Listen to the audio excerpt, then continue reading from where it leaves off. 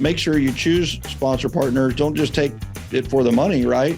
Is make sure these are people that you can really support and champion and want around your people. Welcome to the Referrals Podcast, the show designed to help everyone from the solopreneur to the Fortune 500 company win the referral game. And now, here is your host, Michael J. Maher. Welcome, everyone, to another amazing episode of Referrals Podcast. So excited to share with you today's guest and what we're going to be talking about. And I will tell you that, listen, if you haven't gotten on the event train, now is the time. People forever, just like 2020 just shut down people's social circles. That's what happened. We quit socializing, and people became caged and enraged. They really did. And what has happened is in 2023, people are now wanting to engage. They're now looking to form new social circles. They're looking to go to events. They're looking to go to parties. They're looking to socialize. And the question is what if everyone you knew was lonely? What if you knew that? What if you knew everyone in your sphere was lonely? There is literally just an article that just came out. I saw it in the Morning Brew about loneliness being like the highest it's ever been in the United States. So what if your event, your party, your dinner, your lunch was the thing that broke the loneliness of your sphere? How amazing would that be? And all it takes is a simple invitation, which by definition is attractive. So today we have the honor to learn from one of the best, somebody that has gone from a beginner, a newbie when it comes to events, to mastery. And that's what I love about today's show is that you can get this really fast. You can get referrals really quickly. You can get business and leads really quickly if you run the system. And that's what I love about today. And before I jump into the interview today, I've got to give a couple of shout outs. Number one is I've got shout outs galore about Event Mastery. I asked by the way, this is a strategy straight from Event Mastery, is to poll the audience. So I said, hey, listen, I'm getting ready to do a podcast. Tell me some things. Well, how about this one? I literally just got this. It is hot off the printer or press, depending on how you want to say it. Jesse Gomez has been in Event Mastery one day. How many days? One day. He's been in Event Mastery one day. I did do a special call with him. I will throw that out there. 22 attendees to a first-time home buyer. They're already approved or getting approved. There are 2 that couldn't attend. Oh my gosh. Are you telling me that regrets can turn into business? But scheduled an appointment with a lender the day of the event. And by the way, Jesse's in California, just to throw that out there, that traveling in California, driving to a first-time home buyer seminar is sometimes harder in really heavily populated areas versus out where they're not as populated. 7 referrals. He did a door prize. He had 11 raffle winners. So he gave away 11 door prizes. He received 19 referrals that he could give out to his sponsor partners. By the way, do you think they're going to want to sponsor future events if they cumulatively got 19 referrals? Lost count. And by the way, as a coach, I will tell you that he will not lose count. We will know that exact number by the time we're done. But lost count of the canned food products that we raised for our charity. All the raffle gift items were sponsored. All the food was sponsored. We had a pen, a notepad, goodies bags, and buyer's guides, all sponsored. We had music with Mike, co-agent that I mentor, brought her equipment and was added on the referral network section of the entry form. So actually, like a DJ services were part of this as well. And one day, right now, to be totally fair, Jesse has been in Event Mastery classes in the past, so he kind of knew what to do. And then we hammered out everything else before he did his event. So that's one, right? And then Nicole Aldaz said her first Event Mastery class was in 2019. I haven't missed a session since. This class is one of the highlights in my business because I know what's coming. Massive value from Michael J. Maher himself. always learn something new. So excited for Event Mastery class. And that's what I want you to be as a listener, a viewer, somebody that was referred to this maybe.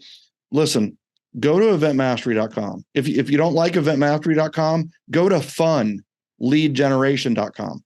Go to funprospecting.com. I don't care. They all go to the same place. But here's the thing, right?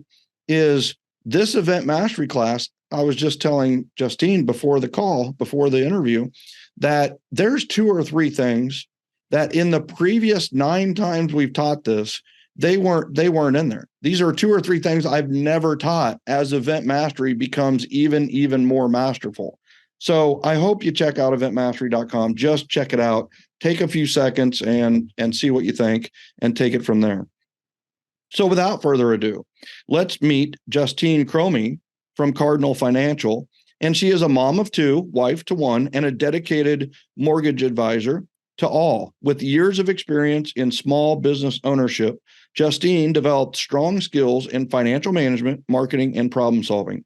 She is passionate about helping other businesses level up, whether it's helping first-time homebuyers, negotiating better mortgage rates for existing homebuyers, providing guidance on refinancing, or leading mastermind groups for business partners. Justine is committed.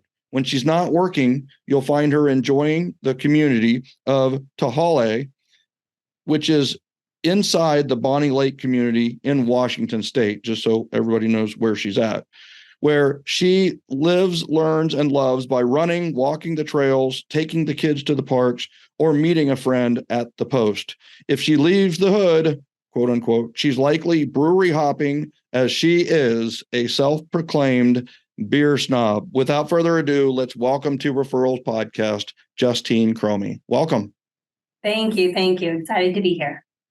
Well, I'll tell you, first of all, I love it. And it's so interesting that you're in mortgage, because it's like, I don't know what it is about the mortgage industry, but it seems like you guys kind of caught on to this faster, the power of it faster. You look at Scott Edwards, right? And he's over 1,000 referrals this year. And it's like, I don't know what, and now we've gotten the real estate agents, maybe because the market has dipped a little bit, that are now jumping in and kind of catching up. But it was interesting because in 7L, when I wrote it, Michelle Phillips, the mortgage professional, was the one that was ahead of Rick Masters. And she referred him to the Generosity Generation events and the coach and everything else, and kind of led him through. And I don't know if that's why it happened, or maybe the market hit you guys first, or I don't know what it is, but I welcome you with open arms, and I'm loving what you're doing. And I just want to start right there is how did you come to events as a strategy? Like what was the moment where you're just like, I'm going to try this, or you're like, I'm all in? So I've always loved events. And so like you said in my intro, I lead mastermind groups weekly and a couple other things. But what really got me to go this route was through a Facebook rabbit hole. I landed across your book and ordered it on Amazon and fell in love with it. It was exactly what I was looking for. Just the concept of relationships, referrals. As a lender, I've never been one to cold call or buy leads. And so I've always made that my mission to do. And I had a one-on-one coffee with another agent, or not another agent, but with a real estate agent. And she was doing certain things that made me think of the book. And so I asked her, I'm like, have you read, the seven levels of communication? And she goes, oh yeah, I coach with them. And I go, what? They have a coaching program? I didn't even know that.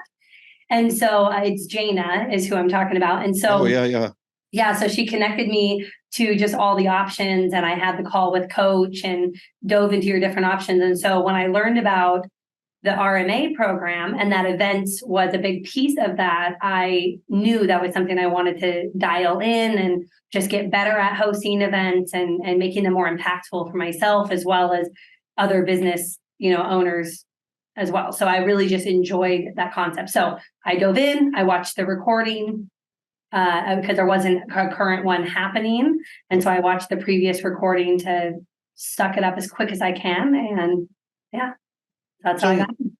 First of all, I love that. And I love that you didn't wait for the class. You just jumped in and, the class was coming. We teach it 3 times a year. And the reason we do that is because the YAPs talk about doing those 3 events spaced out during the year. And, but if you're in RMA, you get the recordings anytime you want them. So you can take it as an online class and jump in, and you can actually take them as fast as you want as well. So what was your biggest fear before you started that first event? And so everybody knows she's 3 events in. So we will cover those 3 events and go more in depth on them. But I really want to talk about, what was that biggest fear before the first event? That nobody would show up. Yeah. No show. Right. And all right. So talk to me about that first event. Let's go chronologically through your 3 events. So in June, I hosted an event called Snow Cones and Solar, and I partnered with the owner of a solar company. He and I had talked previously throughout the years about using mortgage equity home equity in order to pay for solar. So he's been wanting to do an event. He proposed this to me and I was like, I got it. And I was only halfway done with event mastery when I did this event. So I definitely didn't adopt all of the systems, but I just kind of dabbled with some of them. So we held this event at a park in Tahale. Tahale is a huge community, and we essentially promoted it as a community event. Come down to the park, bring your kids, bring your family, bring your friends, bring whoever, and come get a free snow cone and learn about solar. So how many did you have? We gave away 44 snow cones. Okay. I counted how many snow cones we gave away, but I did do a poor job of counting how many people actually showed up. Yeah.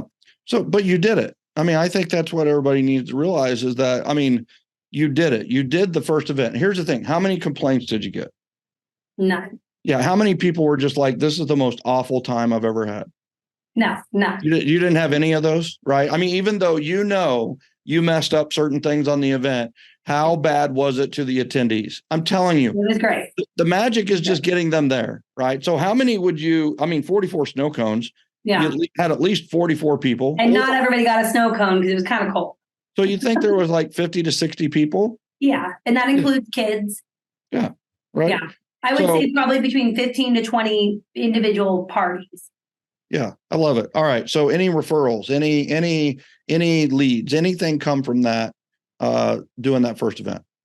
So we were able to give away 7 pretty good leads to some sponsors. Okay. I love it. But none for mortgage, right? Or real estate. I'm going to go no. Yeah, no, right. I didn't lead capture for myself on it. Yeah. Thing, but I didn't lead capture for myself. Yeah. Right. So we sometimes we need a push in that direction. Right. I remember Toral, who's near your neck of the woods, right? When I started coaching her 13, 14 years ago, I remember she really had a hesitation to even do the referral system. She was hesitant to do the events. And then, she came kicking and screaming to the referral system. And then she got like 7 referrals and she was sold, right? Now she's over 500 referrals a year. So, all right. I like that. Now, what was your second event? My second event kind of fell into my lap. I had the owner of an inspection company, a home inspection company, come to me and ask me if I wanted to partner and do an ice cream social for real estate agents. Okay. So, your target market in a lot of ways. Yeah. Yeah. And so is hers. So I felt like that was a really good partnership. And, during that time of the year in July, a lot of agents were doing their own ice cream social. So part of how I marketed it was just loving on that, being like, you are the one that's been giving all these ice cream socials. Now it's your turn, to be taken care of. So her and I partnered and we invited realtors mostly, and then a few third-party affiliates. Mm-hmm. And we had 25 come. I believe 20 were agents and 5 were, title and different affiliates. Okay. And all right. So did you do the referral system on this one? So on this one, this is the one thing I need to dial in actually is my door entry prize form, whatever. I've changed it every time. So on that one, the way that I asked for referral, I actually did have people complain. Okay. about all the information I was asking of them. Yeah. So, yeah, but once again, I don't know how many referrals we got. We got a handful of people, but mostly it was just, I had more in-person connections. Like, That's right. Right. Because I'm having conversation with all these agents that were there, and I met some of her people. She met some of my people. So there's been some good relationships that have just been fostered because of that event. So does that end up in any new relationships at this point? I know that's just a few months ago, but, is there 1, 2, or 3 that, became a relationship, became a partner?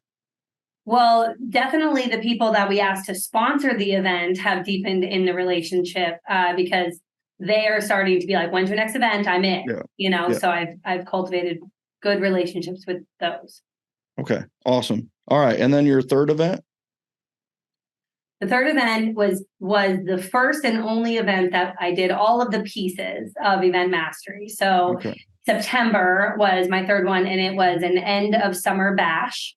So it was really fun because this is a really nostalgic theme for me. When I was a kid, my mom would throw me an end of summer party.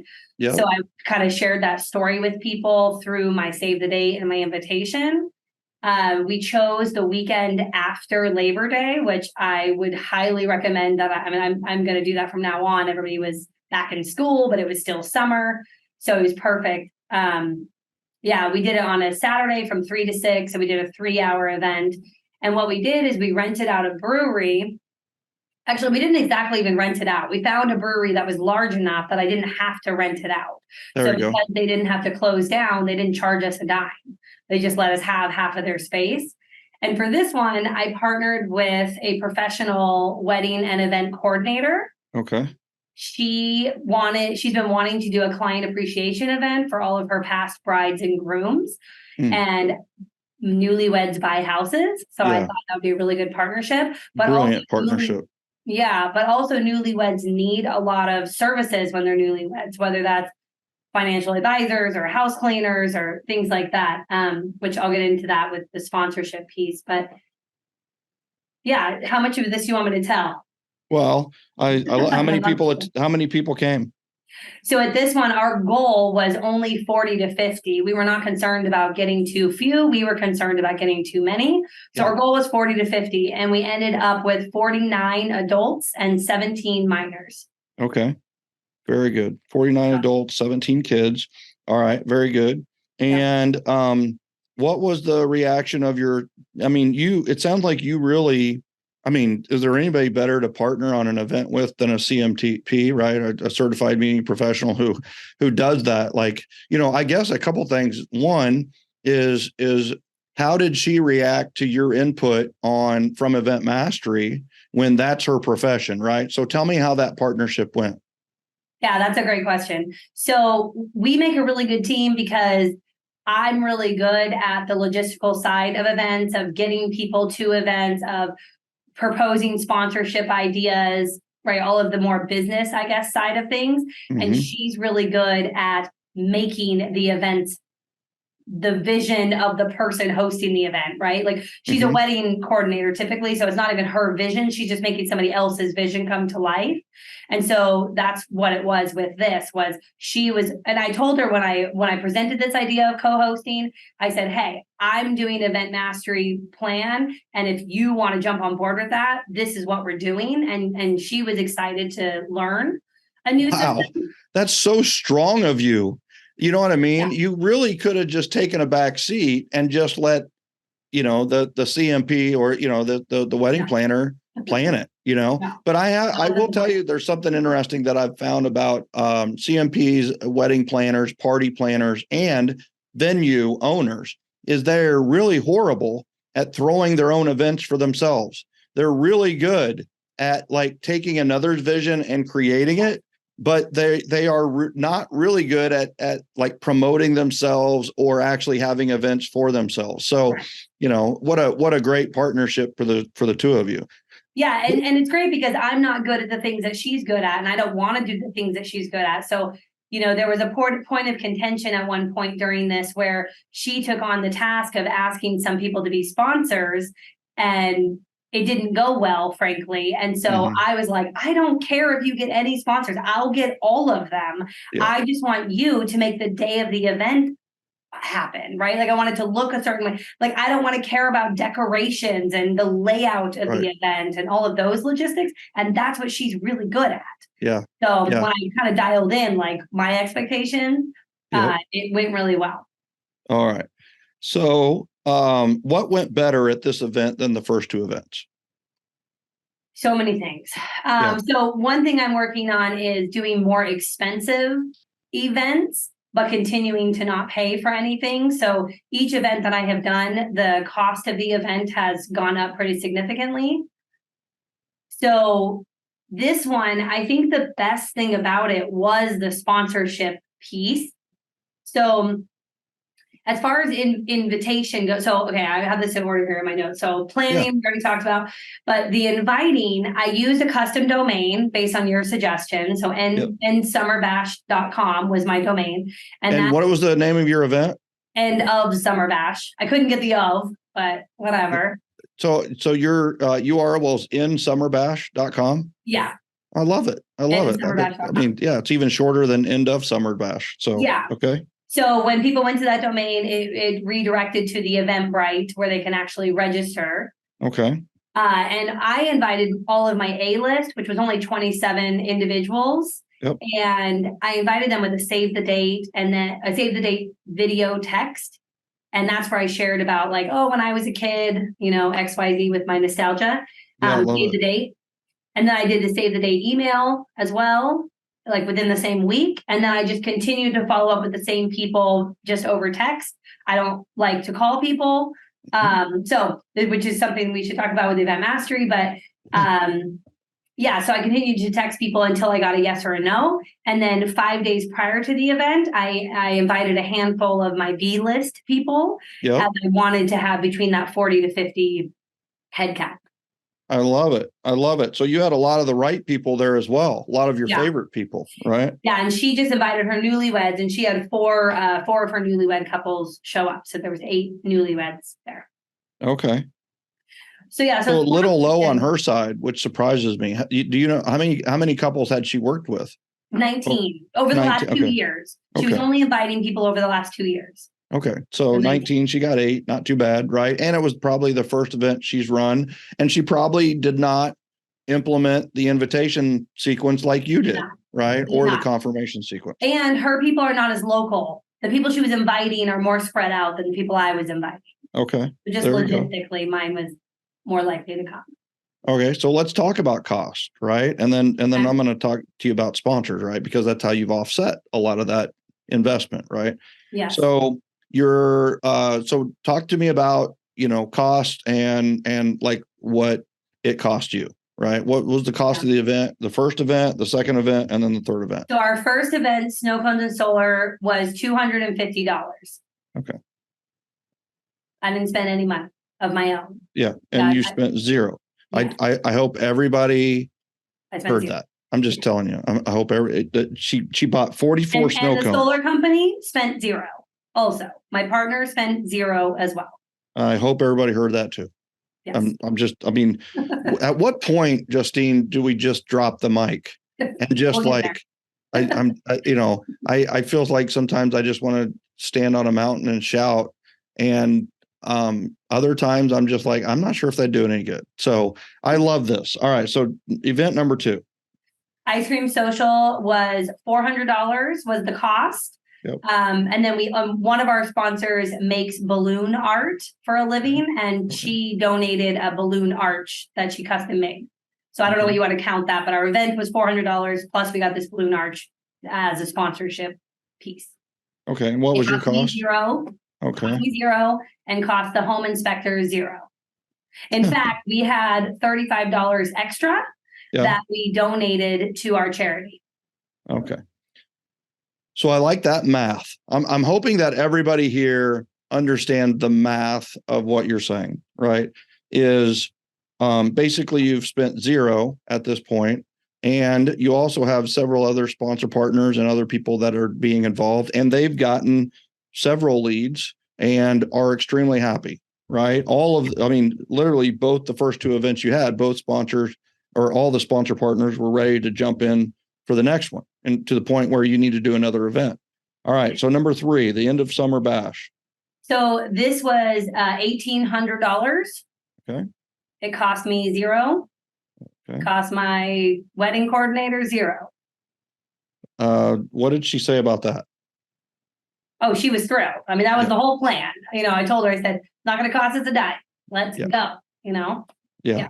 Did you end up spending $1,800 too on that one? No, nobody spent any money. We didn't spend either. It cost me $0, cost her $0. The event was $1,800. Yeah. So who paid the $1,800? Sponsors. Okay. All right. So let's dive deeper into that. How do you pick sponsors? So it's been really neat. So I'm a part of a really large networking group called Ignite You that meets locally. And I'm really invested in that. There's 480 members in that group, and I go weekly, so I'm pretty connected. Yep. So I have a wide variety of businesses to reach out to.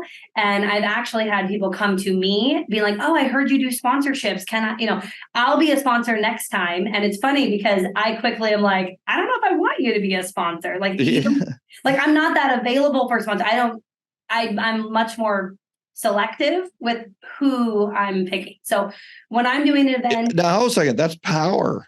Yeah. Right. I mean, that's power. That's what this is all about is that make sure you choose sponsor partners. Don't just take it for the money, right? Is make sure these are people that you can really support and champion and want around your people. So I love that. Right. So what I do is I first think about who's my guest at the event. Then I think about what type of business would my guest want to connect with. That's how I decide my sponsors. Beautiful. So for this event, there was a wide variety of people. Well, let's go to the Ice Cream Social. That's where I got more intentional with this. So with the Ice Cream Social, the guests were real estate agents and affiliates. So the sponsors that I picked was essentially thinking about a real estate agent assembling their team. What type of business do they need? That's who I chose to be a sponsor. So we had like financial advisor, and then of course the home inspector, and I'm the lender, and title was present but kind of behind the scenes due to compliance purposes, and who else was on? Oh, and then event coordinator for them to be able to do their own event. So that's how I picked sponsorships for that. This end of summer bash sponsorship, the guests were a more wide variety of people. Some of them, they were essentially my A-list. And the way you make my A-list is, do I believe that I am somebody you would refer mortgage to? So it could be a past client, it could be a referral partner, but it could also be just somebody who shows up to my things and vouches for me and tags me in things and whatever. So it's a wide variety of people. So in thinking about the sponsors, we had to get a little bit, we got kind of creative here. So we had a financial advisor, photographer, insurance, florist, the solar company again, who also is electrician, and then a pest solution. And I rarely have people say no when I ask for a sponsorship, and I actually just do it over text. So when I went back through, the way I ask somebody to be a sponsor at my event is, I'll read you an example here for my insurance person. I wrote her, hey, Satina, reaching out to see if you would like to be a sponsor at my next event. Event details, and I have some bullet points of just like, end of summer bash, and we'll be at a brewery, it's family friendly, live band, photo booth, about all the things. Target guest, and I kind of tell them who, how many people to expect, and like, who are these people, when, where, and then the sponsorship. I think this right here is key. The first thing I say is, we are hand selecting specific businesses that we believe our guests need to connect with. Insurance is one of them, and you are my first pick. In other words, I'm telling her, like, if you say no, I'm going to pick another insurance person because I want insurance there. Do you want the insurance spot or not? Right? Yeah. That's how I'm wording that. And then I tell them what I'm expecting of her. $100 cash is what I expect of my sponsor for that one. $100 cash. Plus a door prize of any value and contribution with branded swag to 40 goodie bags. They have the option to attend the event as well as bring their guests. If they are attending, their help is greatly appreciated and needed. I expect them to work at my event. Mm-hmm. All attending sponsors will have a lanyard so people know you're a sponsor. Attendance is not required, but it's encouraged. Your name and logo will be on all marketing materials as well as announced at the event. Let me know if you're in. Boom. So I send Like that's a drop the mic moment, right? And would you mind posting that in the Event Mastery private group? Yeah, sure. Because that, copy and paste it and just put it, that's a huge added value. I love exactly how you put that. The hand selected for the insurance spot, you're my first choice, which means there might be a second choice, So love the language there. Very, very complimentary and praise and friendly. And yet also like, I need to know. So it has a sense of urgency to it. So you said that they're going to help at the event, which of course I love because the who is not you, right? So what are the sponsors' roles? Yeah, so one of the mistakes I made in my previous events that I didn't make in this event is as soon as they agreed to be my sponsor, I asked them to email me their logo immediately so that I could start putting it on marketing material. So I gave them deadlines also through a text. So I'll post this as well, but all right, hold a second. I got to jump in right there because that's straight out of Event Mastery, but so many people miss it because there's a lot of yeah. And it's one of those where this is, it's like when they send you the logo, they're in. Yeah. Right. It's straight from Cialdini's book. It's like they owe me money now. The principle of commitment, right? Yeah. So they're committing. If they take the first step, they're going to take all the steps, which includes not only the money, but a role at the event, right?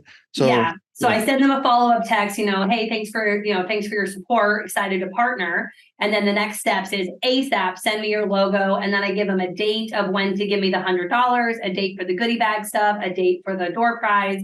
Let me know if you have any questions. So brilliant. That was something key that was missed. So in my last event. So at the actual event, we had, say 1, 2, 3, 4. We had like 7 of our sponsors at the event. And how many total did you have? 7 out of 9. How many? 7 out of 9. Okay. Yeah. All of them, but one. Only one didn't come. One sponsor couldn't make it. That's it. Okay. So everybody else showed up. And so this is the first time I did lanyards. That was really fun. So I bought a pack of red lanyards on Amazon and I made them all a name tag with their name really big and then a logo, their business logo on it. So when they got there, this is another thing I do with my sponsors is I treat them as guests also. I essentially tell them that they're hybrid. So like, yes, you're a sponsor. Yes, I'm expecting you to work, but I also want you to be here as a guest and like genuinely enjoy yourself, right? Like go get your free beer, fill out the door prize entry form. Because at other events are like, why would I fill that out? I'm a sponsor. I shouldn't be able to win. And I was like, the heck you shouldn't. If anybody should win, it's you. And I want your leads too, Yeah. So, I really encourage my sponsors to also treat themselves as a guest. And so when they show up, depending on the sponsor and what their availability is and what they want to do. But I had one person, we did barbecue. So I had one of the sponsors was at the check-in table and gets people to, give them their ticket and all the door prize entry form and all of that. Then I have somebody else who was doing the barbecue. A photographer with the sponsor, she set up a photo booth and took pictures of the whole event while we were there. Another one was just managing the food table in general, right? Making sure it's clean and stocked and all of that. What else? I mean, they blew up balloons, they moved table, whatever was needed. It was just kind of an all hands on deck. And then and then they just enjoyed themselves and brought their family and wore lanyards. So people would go up to them and ask them questions about whatever. And myself and Ashley McCoyne, who's the wedding planner. So I told her, I said, we are not working at this event, just like a bride shouldn't be working at their wedding. Mm-hmm. We are the bride at this wedding. Right. And so, so everybody just kind of pitched in wherever. That's awesome. I mean, and they felt like a part of it and they got to meet more people. Like they wanted a role. Well, and also, that's what I discovered with the housewarming parties early in my career is that if I didn't have a role, I felt really awkward because I didn't know a lot of the people. But as soon as I put myself in the role of a server and I'm there to help. And I would bind the trash, right? I would make sure people had enough to drink. I made sure they had enough to eat. I made sure that, my hosts, my co-host, the owners of the home were comfortable. Is everything good? Are you good? And it was one of those where when you have a role, it lets you relax. And that's really what you want from the sponsor partners. When they're relaxed, they're better salespeople. And when they're relaxed, they don't sell. They don't have to sell. They don't feel they're selling based on somebody comes up to you and goes, you know what? I just happen to have an insurance question. If I take a defensive class, do I get a discount on whatever it is? Well, all of a sudden that insurance person's, needed and answering a question instead of being a chaser, they're being an attractor. So love all of that. And that's just super, super powerful. And so in general, what are you going to do next time? I think that's like you're going to do a fourth event. What are you going to do better or differently? The main thing I need, maybe even the only thing, is the dang door prize entry form in terms of lead capturing. I changed something this time, which quote unquote worked because I got 111 leads at this event. Combined. I didn't even ask you that. I'm so glad that you gave that willingly because, man, right, if I would have found that, and all the other. But they were weak leads based on the questions that I asked. So I'm trying to figure out how to strategically gauge if somebody needs a certain business. And anyway, so that's really the big thing I need to hone in is because I don't want to just be like, check here if you need a photographer. I want something more in depth than that creates a conversation. And I feel like I went way left field from that. So I need somewhere in the middle. So that's what I needed. Well, I'm really happy you're in Event Mastery this time, because we're going to solve that for you. So we definitely have the questions in a format to put them so that it's once again, if the questions come on too strong, like you did at the realtor event a little bit, then it's too harsh, right? Yeah. And not only that, but realtors are kind of tend to be marketed too often anyway, so they already have the barriers up in a big way.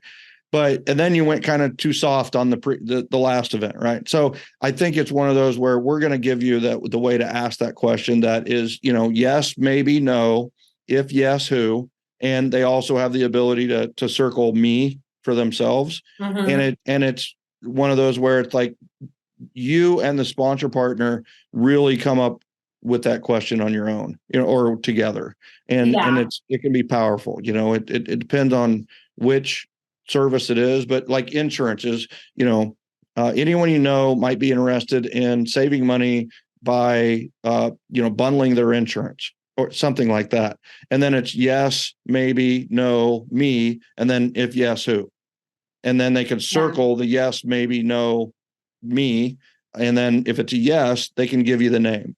So that's kind of I did something similar, but I just think like insurance, for example, it's one that my insurance question was, when was the last time you reviewed your insurance policies? Within the last 6 months, well over a year, or never? Yeah. And I actually kind of like that one to start, because especially in my profession, like I talk on insurance a lot. So, but I don't know. Yeah, we can hone it. We can hone it. The bottom, the Justine, it's your third freaking event, and you got 111 referrals to play with, right? Yeah. And to send out, and to you're doing a huge service for your sponsor partners and a little bit of a service for yourself at this point.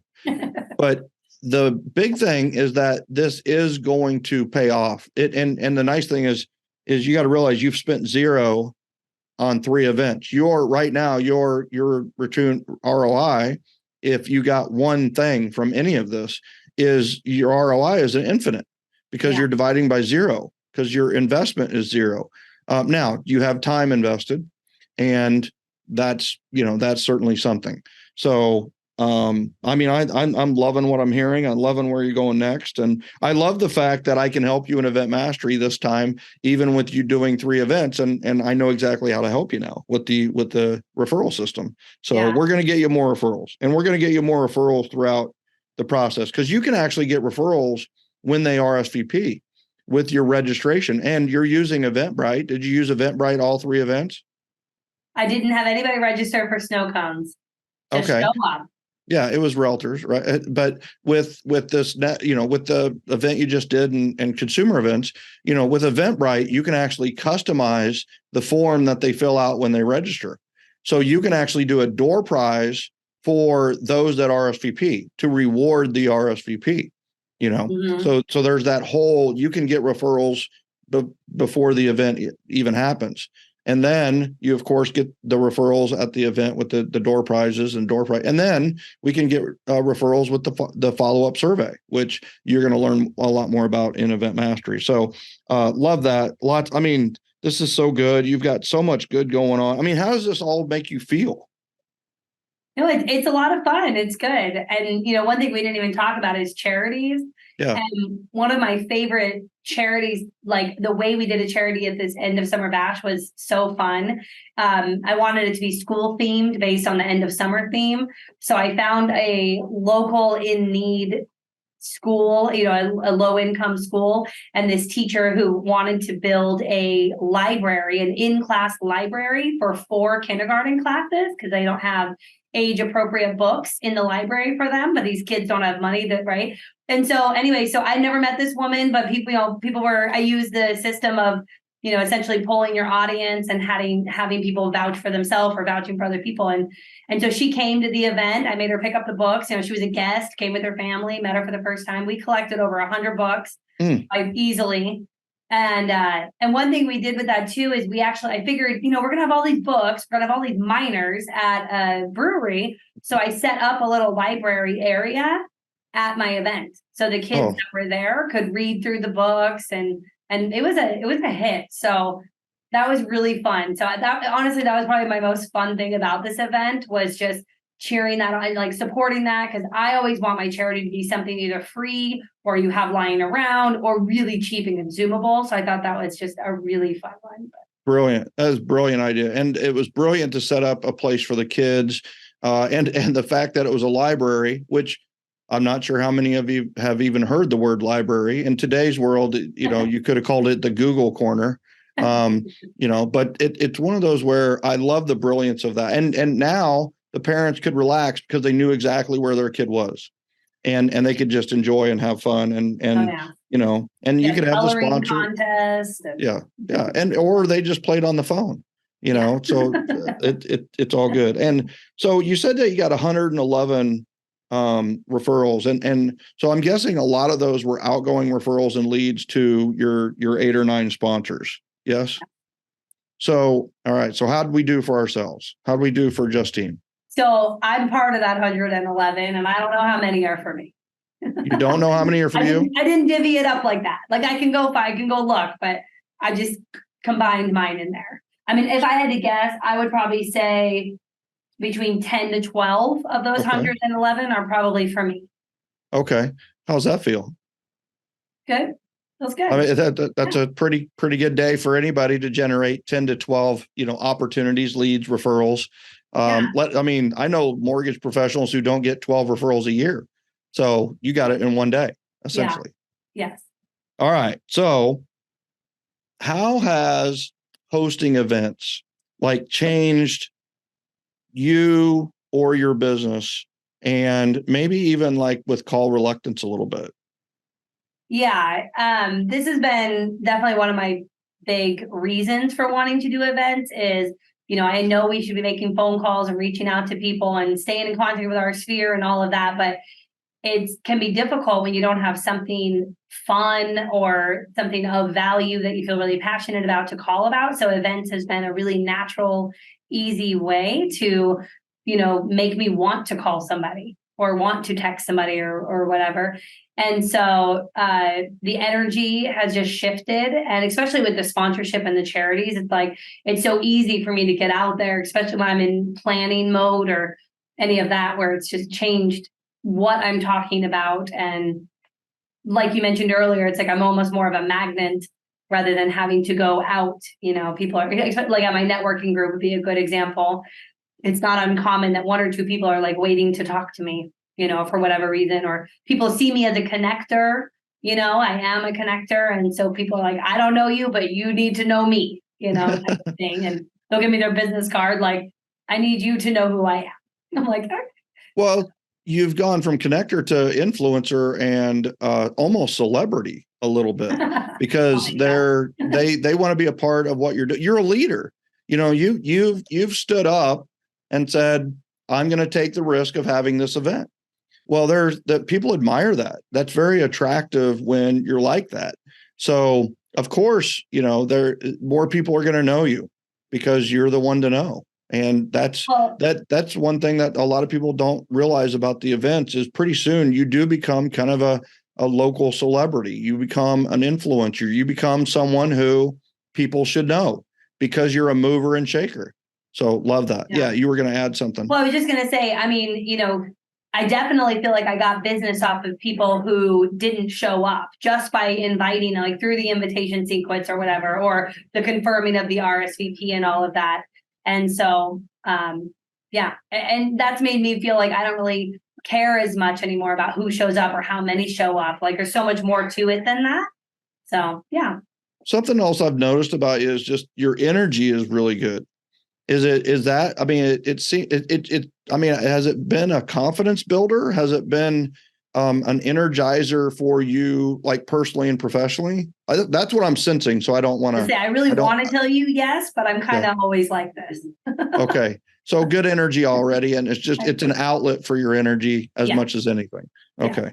Very good. Well, I love it. All right. Words of advice or words of wisdom for somebody who's maybe considering taking event mastery, because quite honestly, they could get in today. If they check that they've missed essentially one class of event mastery, they could listen to the recording, 45 minutes. They could catch up very, very quickly.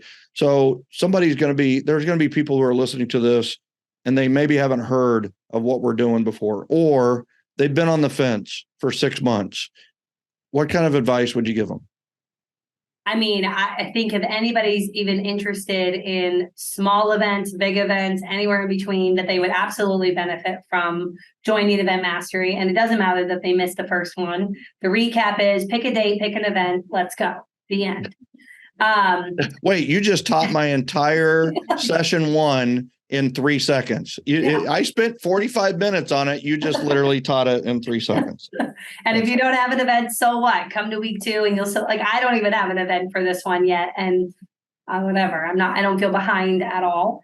I think that anybody who's considering doing an event should. I mean, it's nice having not just the community. The community is a great piece to it to be able to brainstorm off of, but to have the step-by-step guide of when and what and where and how is invaluable. So, well, good. I'm glad to hear that. And I think that the big piece of this that really needs to be stated is the implementation. Is you implemented, you did it. You just hunkered down and you knew your first event was probably going to be a 3 out of 10 on the self scale, on the event mastery scale. But it was going to be a 10 out of 10 for the attendees. That's what we need to realize, is that a 3 out of 10 for us is a 10 out of 10 for the attendees. And a 10 out of 10 for us is like a 12 out of 10 for attendees. There's some cool surprises that they get along the way. But I think the other thing is that, man, maybe events are more needed than ever before because of the loneliness and the silos that we've all built in our homes. We're all kind of cooped away, and we've kind of gotten used to just staying home. And people need socialization. They need community. They need to feel inclusion. And that's what we can do through events. So Good stuff. Good stuff. Well, Justine, I just want to say from all of us at Gen and Referrals Podcast, our subtitle is Real People, Real Stories, Real Referrals. You personified that perfectly today. You're real. I love how real and genuine you are. You shared your mistakes with us. You were authentic and transparent. Beautiful stuff. And you shared real stories from those events, and you've gotten real referrals, lots of real referrals, and your sponsor partners have gotten lots of real referrals. And I just want to say thank you so much for implementing, doing it, changing your behavior to this energetic, kind of like the Energizer Bunny of events. And I just really, really appreciate it. And I know our listeners and viewers do too. Thank you. Yeah. Thanks for the opportunity. Ladies and gentlemen, I learned a new word today, tahale. Kahale, it's by Bonnie Lake, or it's actually in Bonnie Lake in Washington. And I know where my referrals in that area are going. They're going to go to Justeen Chromy, and yours should too. Ladies and gentlemen, I'm telling you, check her out. And by the way, for those of you that do get into Event Mastery, you're going to be able to see her text message. You're going to get to see her follow up, some of the things that she's been doing in our private group that is for Event Mastery clients only. The other thing too is while you're at eventmastery.com, check out RMA. What if you could take Event Mastery 3 times for less than $100 a month?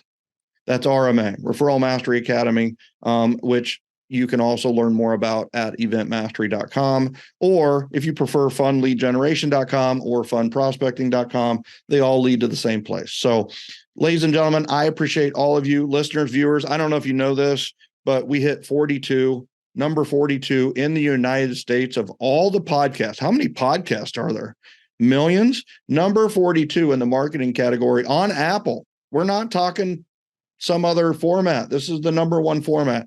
And listen, I didn't make it 42. You as a listener, as a viewer, made it number 42. And just know how much I appreciate you listening and watching. And we'll see you next time on Referrals Podcast. And by the way, I do know the next one, and you're not going to want to miss it. It's beautiful. It's simple. It's easy. It's better. It's faster.